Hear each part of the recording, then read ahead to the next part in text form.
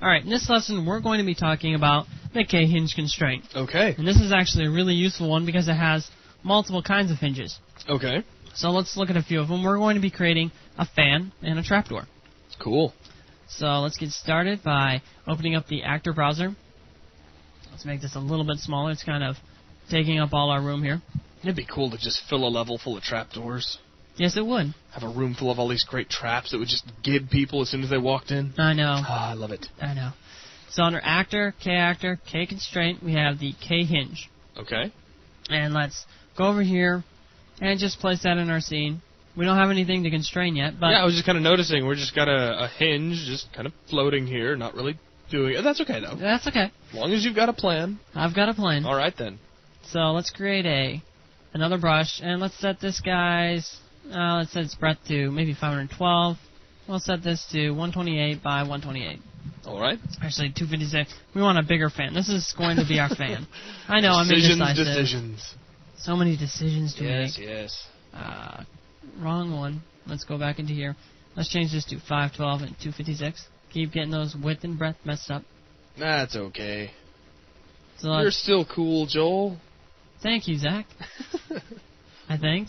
Not quite as cool as me, but still very cool. Okay. Enough with that. Let's go into our side view. And let's pull this guy up just a little bit more. That's kind of covering up quite a bit of space there. Maybe we want it just a little bit smaller. I'm sorry, everyone. Oh, it's okay. I'm just giving you a hard time, man. Sure you are. Don't let it get you down. So let's make it a little bit smaller. Much better. I think we can actually fit a fan in that. Yeah, I think you're right. Instead of a giant, massive fan that would look like a big body blender. Yeah. Body blender, that's cool. Anyway, let's subtract that guy out. All right, check it out. We can leave the textures just as it is. It doesn't really matter. Sure. It's going to be behind a fan in a minute anyway. Right, let's go to our static meshes. And let's go into our, however you say this. It's kind of complicated. Abaddon? Yeah, let's just say that's what it is. Sure. And we'll go down to fan. And let's select this fan guy. And yeah, that's Abaddon, man. Yeah, that's Abaddon. That is Abaddon. So Abaddon. Yeah. Just so you know. Just so I know. Mm-hmm. And let's insert a Karma actor. Okay. Let's move this guy into position. He's a little bit Wow, big. that's a big fan, dude. Yes, it is. So let's maybe scale it down a little bit to like 0.25. Okay. Yeah, I can deal with that a little better. All right. So let's rotate. Wrong direction. Let's rotate it in this direction. Still a little large. Yeah, we'll tweak it out in just a sec. Okay. I'm not trying to complain. I'm just stating a fact. And sure. Joel's like, yeah, right. Yeah, right. And let's go into here. There All right, go. that's nice. Let's move that into position and see how small we really need to get this guy. It seems quite a bit smaller. Smaller than that. So let's at maybe 0.2, 0.2, 0.2. Smaller than that. Getting maybe close. 0.5, 0.15, 0.15. Even smaller than that. 0.1, 0.1, 0.1. All right, that's actually really nice. So let's move over here. Get this guy into position. Doesn't that look nice? It's fabulous. All right, that's I am nice. amazed by your fan-making skills. Thank you. Let's move this hinge into control. And what this is going to do is we want the fan to actually be rotating continuously like a motor. Like fans tend to do. Exactly. So Sorry, couldn't help myself. I know. So let's move this guy into position and have it, we want it to be rotating around the center of it. Okay. In this case, it looks like the world Y-axis. Right. So let's rotate this guy in the right direction. Let's move this up just a little bit. And let's rotate him. So let's go over here. And let's set the rotation to pointing, actually let's point it outward. So essentially what we're doing is we're taking this hinge and we're pointing it along the axis that we need rotation. Right. Okay. So let's move this guy over just a little bit.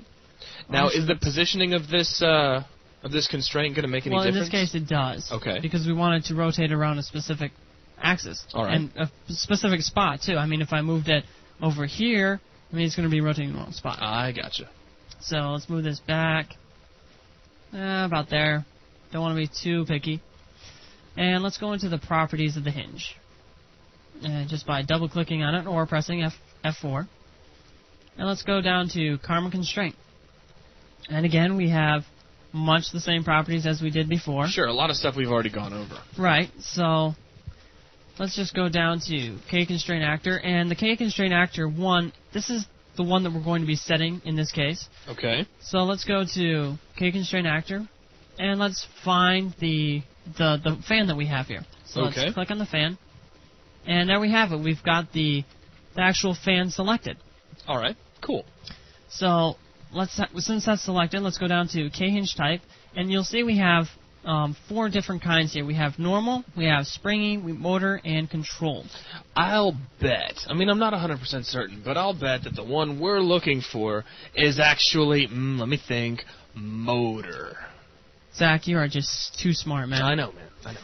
So let's select motor. I'm just kidding. I can't keep it up that long. Yeah, sure. Okay, so I can. So what?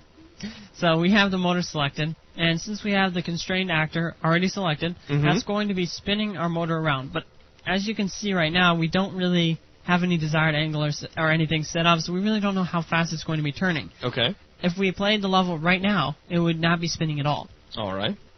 So let's go down to desired angle velocity, and we'll set this up fairly high. Maybe, let's say, I don't know, 5,000. That's 6,000 is all right. And desired angle, we don't need to set that. And let's set the max torque up to... Now, is that going to be like the angle velocity we had set up for our barrels a few lessons ago? And if I remember, that was like 65,535 revolutions per second. Okay, so if you had that set up to 65,535, that would be 1 full revolution a second. Right. Okay, just clarifying for anybody out there in the audience who might have already forgot that, kind of like I almost did. Yeah, well, you sometimes forget things, and that's all right. Right.